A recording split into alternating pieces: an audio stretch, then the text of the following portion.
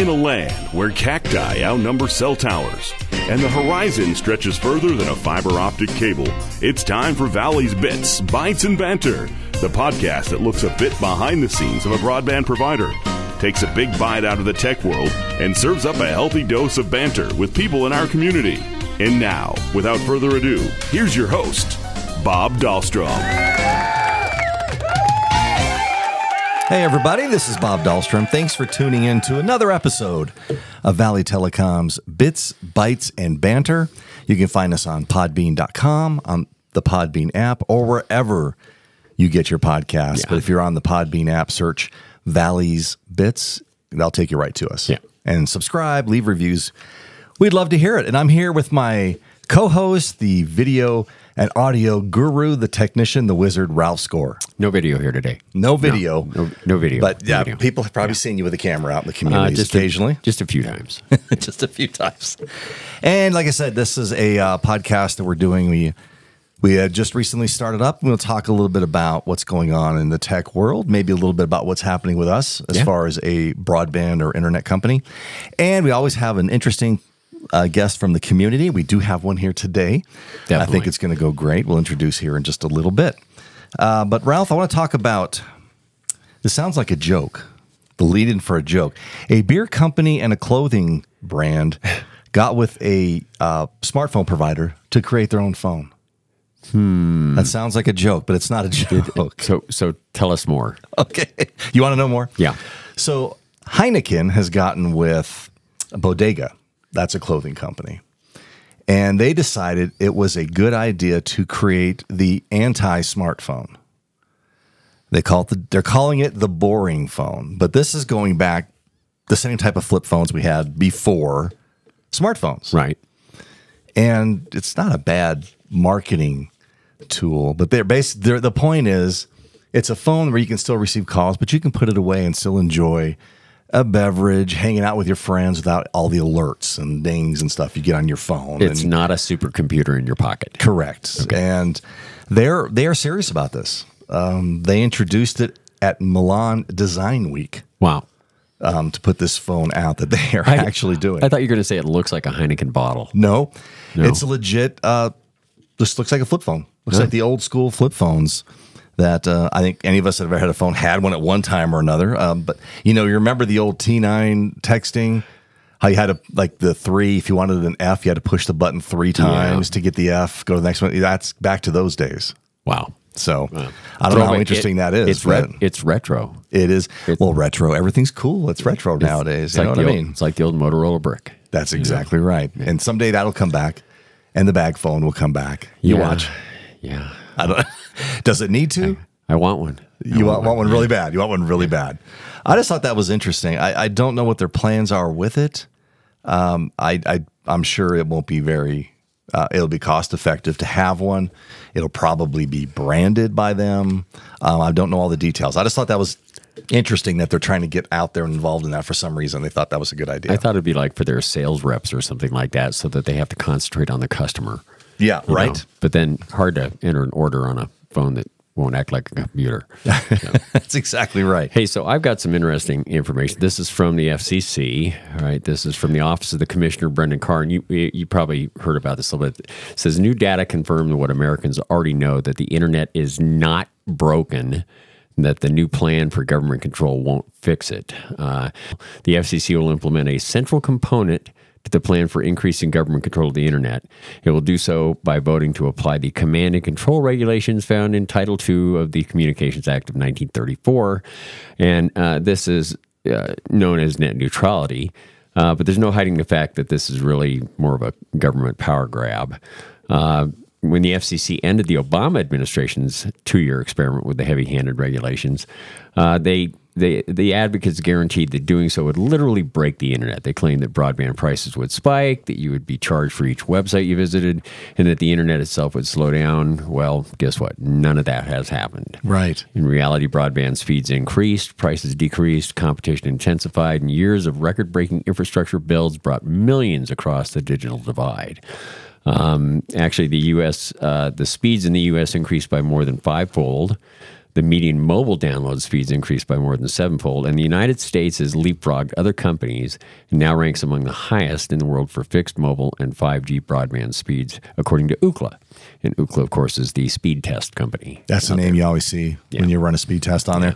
Well, you know, that was when that neutrality was the buzzword at the time. That was the thing, right? Is that the people that were crying the sky is falling were that, well, now the providers will have different tiers, and if you want to get priority access, you'll have to pay more, and which is counterproductive to being a competitor in the internet provider world. I mean, that's just not going to happen. I think it was a possibility. Sure, it was out there. No one said you cannot do that. Yeah. But it never happened. It never materialized. I think they were looking at it kind of like how if you look at some streaming, it's like, oh, there's the sports package, and you're going to pay extra for the sports package. You know, right. Oh, you want access to streaming music on the internet. Oh, it's going to be a different level of cost for streaming the internet. Or if you want to prioritize ahead of other people. Yeah, exactly. Like a VIP package, you would get, and that never materialized. But I think that's coming up again because the ACP is going away, the Affordable Connectivity Program, which I think was a nice program for customers who could really use the help when it comes to paying for an internet package. And that is, the FCC the Congress has let that go. Yeah. FCC has already put down their wind down orders. As we all know, it ends essentially this month. Yeah. And that's going away. And I think that's what's trying to take that space. Well, considering the fact that, you know, they pushed so hard for getting internet out there and closing this digital divide, for that to go away for some of those people out there in rural America who have gotten to really depend on it. Right. You know, it'll be interesting to see what happens when it winds all the way down. And the technology is pervasive, right? It's in everything we do. We've talked about this before. Just about everything is internet enabled. Yeah. You can't go do a job application nowadays without the internet.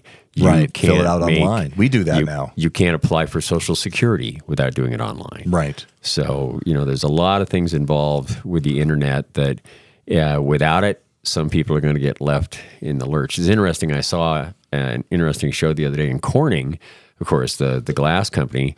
They're the leader in creating fiber optic cable now. Really? And they have invested $500 million of their own money to double the footprint of the amount of fiber optic cable they're actually manufacturing to try to reach those 24 million people in rural America who are either underserved or unserved when it comes to internet.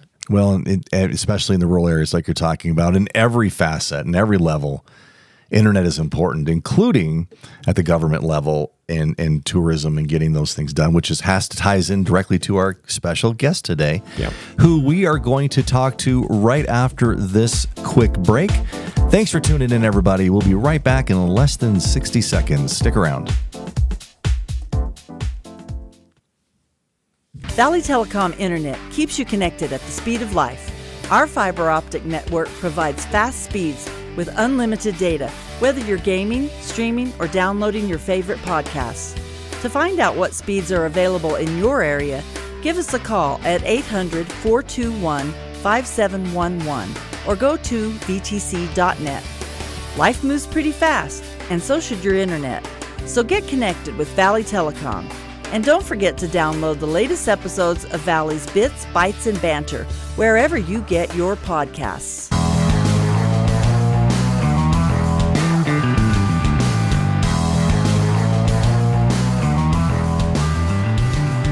Welcome back to Valley's Bits, Bytes, and Banter. I'm Bob Dahlstrom, along with my co-host Ralph Score. And I am excited to talk to our special guest we have today.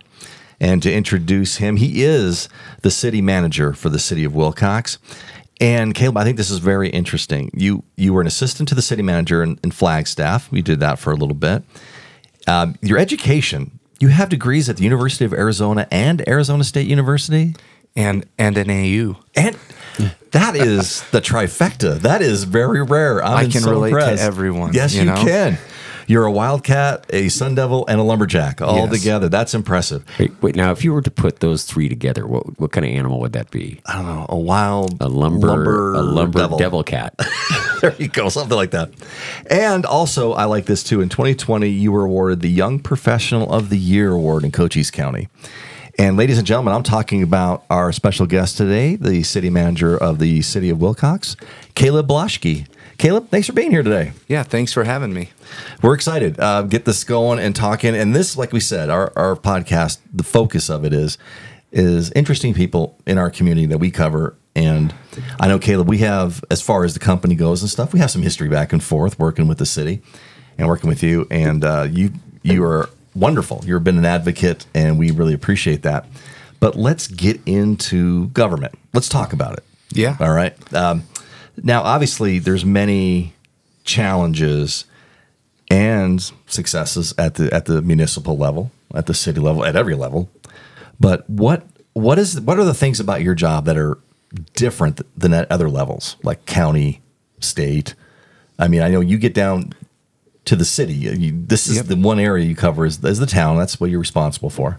You know, I think the big difference between local government and other governments is local government is you live in the neighborhoods, you work in the area, when you want to see new fields put in so your kids can play in those new fields too, right? So you're very vested in it. And so sometimes I think one of the hardest things is that people associate us with state and federal governments and other forms of government. We're nonpartisan, right? We just do it doesn't matter if you're a Democrat or Republican. You want your road fixed. Right. You want a park, right? And so at the local level, we try not to get involved in that kind of stuff. We're very much what is in the best interests of our community and our citizens. So that's kind of our priority, is how we can improve their lives. And at the same time, it's a double reward, because this new pool that's going in, my kids are going to be using it. I have 5 of them, right? So they're saying, hey, Dad, we need this pool. We need this slide. We need this. We need, they want to see it just as much. Right. So, yeah. Well, that works a lot like we do, right?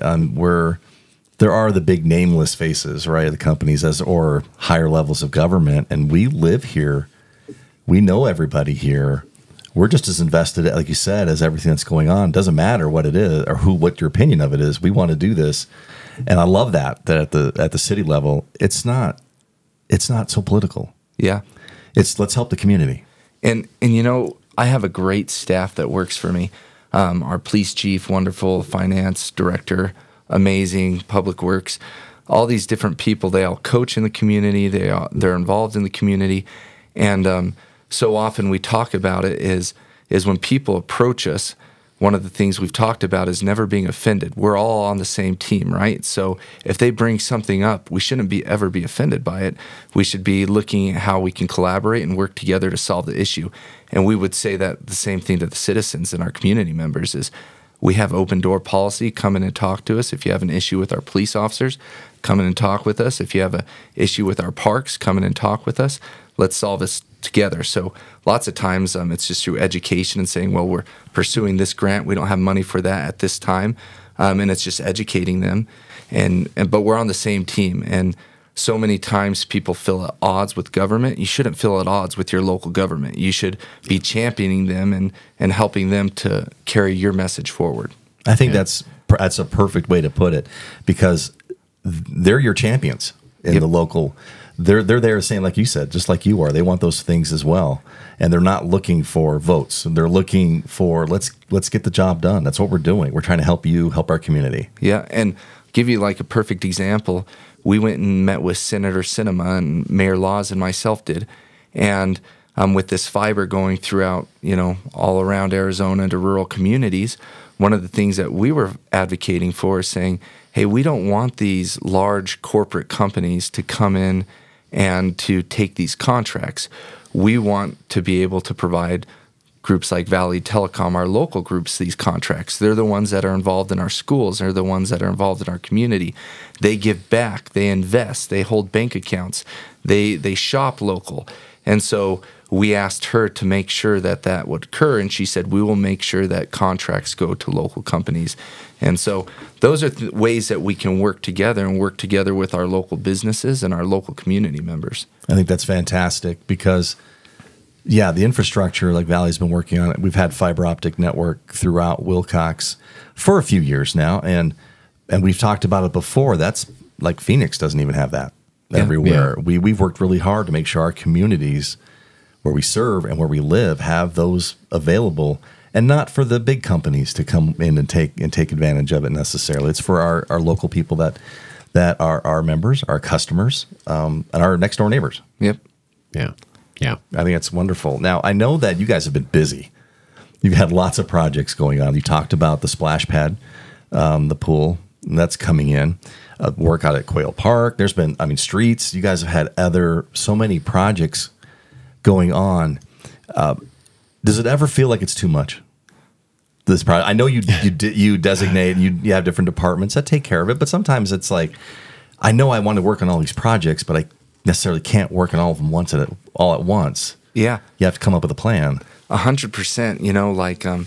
What keeps me up at night? What keeps me up at night is how we're going to take care of our streets. That's the biggest. Like, most people don't know that our streets were paid for during the New Deal era, when the federal government came in and poured that money into streets. But though our sales tax roughly is $3.4 million a year, I've had large businesses laugh when they understand how much money we have, right? Yeah. So if we were to redo Bisbee and put a new curb gutter, a new road, and a brand new road just along the school area, it would eat up all of our revenue for 1 year. There goes your budget. Yeah, and so our job is to try to be creative, and sometimes it does feel like a little much, with especially over the last 5-6 years, our sales taxes range between 2.5 and 3.5 million. We've gotten between 20 and 25 million dollars in grants. So sometimes we portray a false sense of reality. Like, the city is super successful. We have tons of cash flow. We don't. These are one-time dollars that we've worked our butts off for to try to get these revenues coming in. We formed relationships. Even right now, Haskell, Rex Allen Drive, we had to go directly to Senator Gowan, and he had to drop a bill for $6 to $8 million to redo that. Otherwise, we wouldn't have gotten it done. And so we just find these creative ways to go about it. The pool, we were able to get a $2.6 million grant. Through our local bank, we were able to get a 1.3% loan, right? Through wow. Awesome to have local banks. But the easy part sometimes I feel like is going after the grants. The hard part is complying with all federal laws, state laws, going out to bid, constructing the project, right, and doing it for the best interest of the community. So, it does get overwhelming, but I got to tell you, I love it. You can, as a city manager, if we have any young people that are listening to this, you can be a jack of all trades. You get to be involved in police issues. You get to be involved in public works. You get to be involved in parks and tourism. You get to be involved in so many aspects of your community that you never get bored. It's fun. That's amazing. I know. Justin, want to say, Ron? Well, I was going to say, but I think, challenges wise for someone in your position, of course, you deal with all the personnel issues too within a city. So what are some of those challenges that you come up on a regular basis for you as far as managing everything that's happening departmentally within the city? And I know it takes a great team to make it happen. I would say expectations, right? So, a perfect example, we just got a lot of rain this springtime, right? Well, when you have chip seal roads, what's going to happen? Potholes are going to form very quickly, right? Well, I have 4 street crews, and our 4 street crews, to help with some of these projects is matching dollars. We can use in-kind matching with our labor. So they're all devoted, and they have timelines to fix those projects and to fix, like, we had a dog park going in. We had signage going in that we got a grant from the Arizona Office of Tourism. So they have to get those projects done. But now we're already backlogged on filling potholes. So we start getting all those complaints coming in. So it's managing expectations and saying, hey, we are going to get to those. We see them. They'll be done next week. These guys are on this project, but we see them. Trust us. Right. I hit them every time I drive home, and I'm calling my crew saying, "Hey, put this on the list. Put this on the list," and they're marking them down too. So I think getting that information out to the public is important and educating them. But that's probably the biggest thing, is managing expectations and timelines and letting them know, like, we're going to get it done. We either have to secure funding for it first, or we just have to prioritize it, right? And sometimes there's a lot of things that are prioritized at once.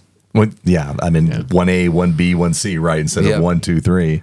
And I think you guys have done a great job. You've been very creative, and you mentioned getting the grants and subsidizing your guys' budget greatly. And I think one great example I saw recently is the grant funds for the police department, for the Department of Public Safety, getting new vehicles, new equipment. I think that's awesome. I mean, that's very difficult, and those things wear out, right? You work trucks do, the public works trucks, police department vehicles, those things, you got to replace them. Yeah, we actually did an analysis, and it was costing us more money to maintain our vehicles than just buying new ones, because at a certain threshold, that's why these large corporate companies flip their vehicles at 40 to 50,000 miles and sell them, because they save money on the back end, right? Right. And so, again, that's educating the public and letting them know that. But all of our police vehicles, since I've been here, I think we've only purchased one. The other 9 or 10 have all come through grants. And so when people see these Tahoes or these new Mustangs or whatever we're getting, they're through seeking partnerships and us obtaining grants. And so, yeah. I think that's fantastic. I know that also you want to bring shoppers to the area, and one of the ways is tourism. Yes. Is to create other projects for tourism, and that's something I think you've done a great job on. I know it's been on your radar. It's been something you've noticed, you've recognized, and we have avenues for tourism, things we can do here to bring people in, and we've noticed that happening. That's happening here. Yeah. Yeah, the Chiricahuas just celebrated their 100th year anniversary. Wow. And that's been one of our legislative priorities, is to change that to a national park instead of a national monument, right? So the traffic that's generated from a national park is so much more. And that's been done in conjunction with our businesses. Our businesses have signed on letters of support through our chamber. And so that's us all working together again, because we have a wonderful hospitality industry. I mean, we have wonderful hotels, but we have the Chiricahuas, we have Apple Annie's, we have 80% of Arizona's grapes are grown in Willcox. So wine tasting, the authentic stuff that's organic, right? Right. Sedona and some of these other areas like to claim it, but they're selling our product. Yeah. So we like to take any jabs at them we can. You know, Nice try, Sedona and Cottonwood. Yeah, and so, but yeah, they can come here and they can get the organic stuff. I mentioned birding. We had over 45,000 migratory cranes that came through here. We just put in for a major grant to overhaul some of our areas around here to create better birding oases, you can say, right? And so that's something that's going to be fun and look forward to, is if we get some of these funds. Because these transmission lines are coming right through Willcox, and they have mitigation dollars that they're required to get. So we're putting in $6 to $8 million grants with these groups to really spruce up the area, drive those people in. Of course, we have outdoor hiking, but our restaurants are awesome. I know Isabel's has won the salsa tasting contest in the Gila Valley for the last 5-10 years. Yeah, they've regularly. I mean, they outdo everybody. Yeah, and so we just have great hotels, great restaurants, and we've really partnered well with the Arizona Office of Tourism. I mean, we've gotten probably $500,000 to $600,000 grants with them for new signage and new things. So we're really trying to market that and generate more revenue from that. That's fantastic. We're going to hear more from our special guest today, Caleb Blaschke, City Manager of the City of Willcox, when we come back from this quick break. Join Bob Dahlstrom and Ralph Score right here as they provide a look behind the curtain of a broadband provider on Valley Telecom's new podcast, Bits, Bytes, and Banter. In every episode, they will take a bite out of the tech world and provide a healthy dose of banter with people in our community. Plus, they'll share funny stories and a bit about what is going on in their worlds. Look for Valley's Bits, Bytes, and Banter on Apple Podcasts, Spotify, or wherever you get your podcasts.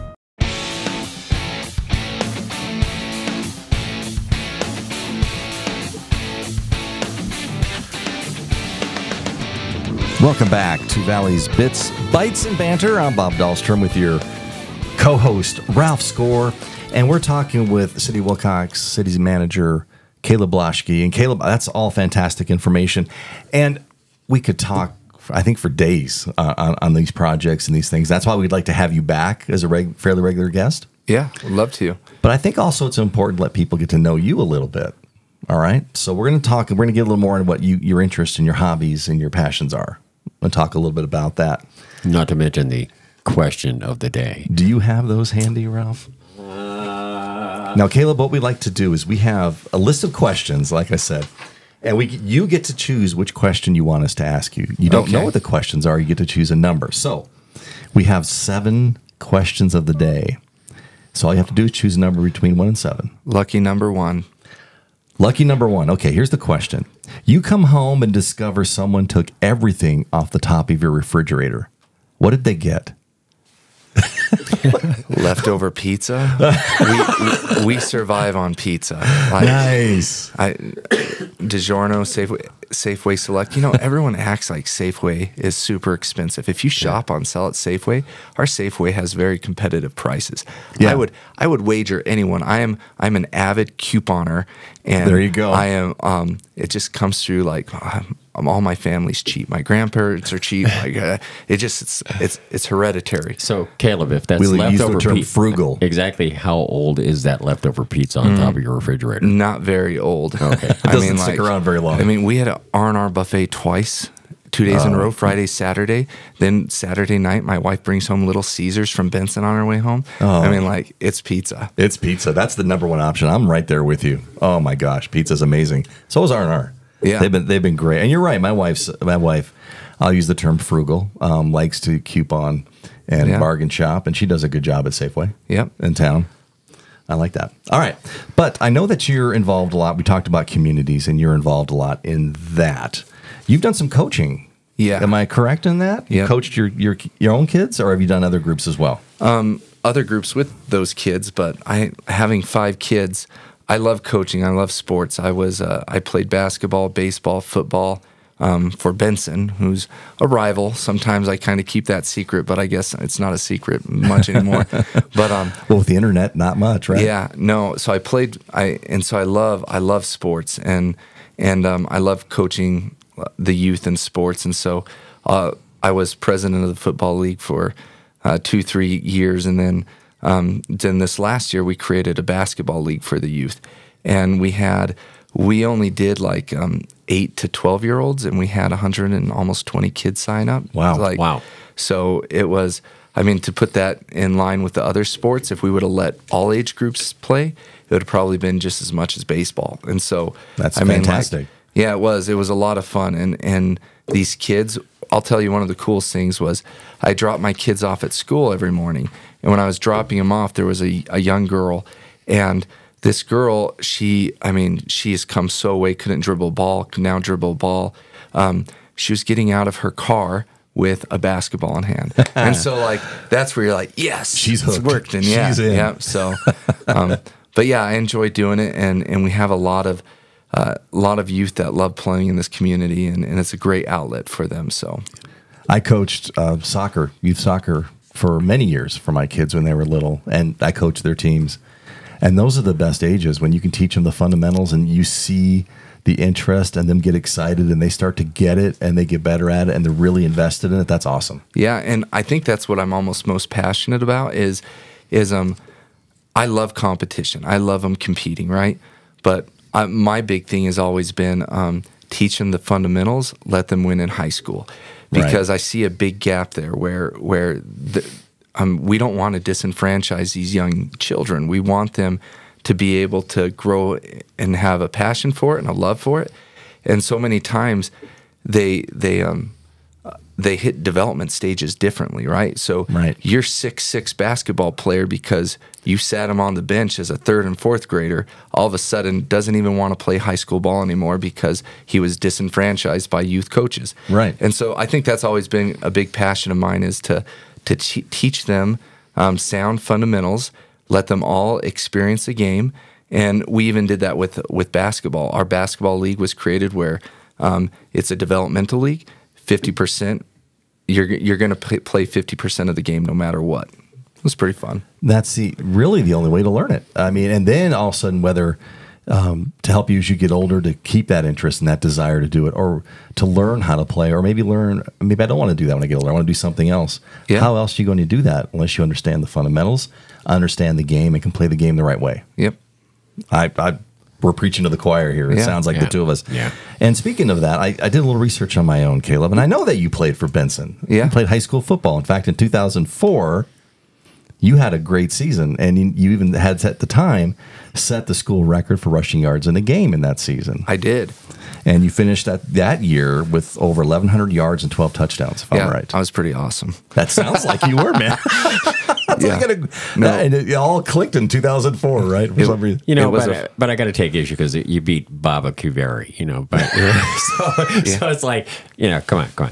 Hey, they scored a lot of points against you. It was a high-scoring game. You know, I played against Tim Bowlby, who's one of the council members. Did? Oh, my God. Oh, I did not know that. And he always reminds me that he's like, you know, you're my junior year. He's like, you know, we got that trophy. You never got the trophy because there's that trophy that goes back and forth. And I always remind him, I'm like, because we weren't conference games, but Willcox walked off the field that year and so the trophy should have came with us, and he always puts his head down at that time.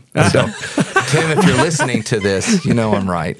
Tim will be listening. He'll be a guest on this later. I'm going to ask him about that. Right. That's coming up. That's a good one. Yeah. That's fantastic.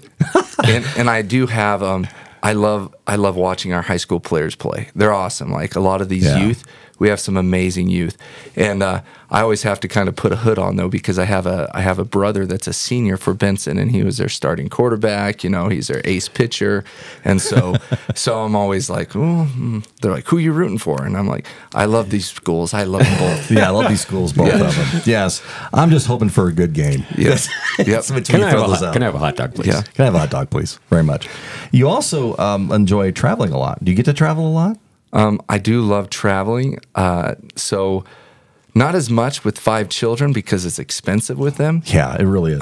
But I do. I love seeing the world, and I love seeing different parts of the United States. And so, like, I love traveling. So I actually wanted to be I studied Arabic for during college, and so I got a minor in Arabic and Islamic studies. And I saw that on here. That's impressive. Yeah, and so it was a lot of fun. And so what happened?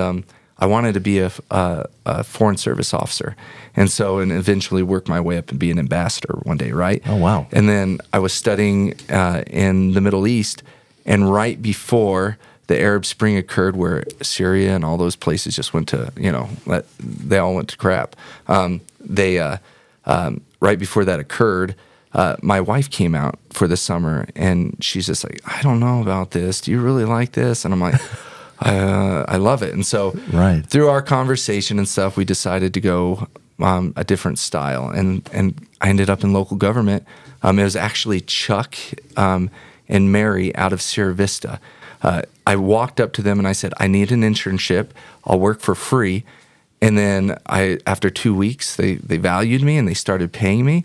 And he introduced me to the world of local government, and I love it. And so that's kind of what got me started on that path was Chuck and Mary over in Sierra Vista, who's still the city manager there. I love hearing those stories, how that comes to be, how you get that spark and that passion, because whatever your plan is for yourself, that's not the way it always ends up. Yeah, exactly. And sometimes, I shouldn't say sometimes, it ends up better. Yeah. It ends up, what's your favorite place you've been? Domestically? Domestically?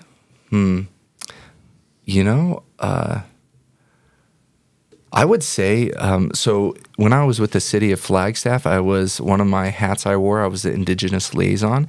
So there's a large indigenous population.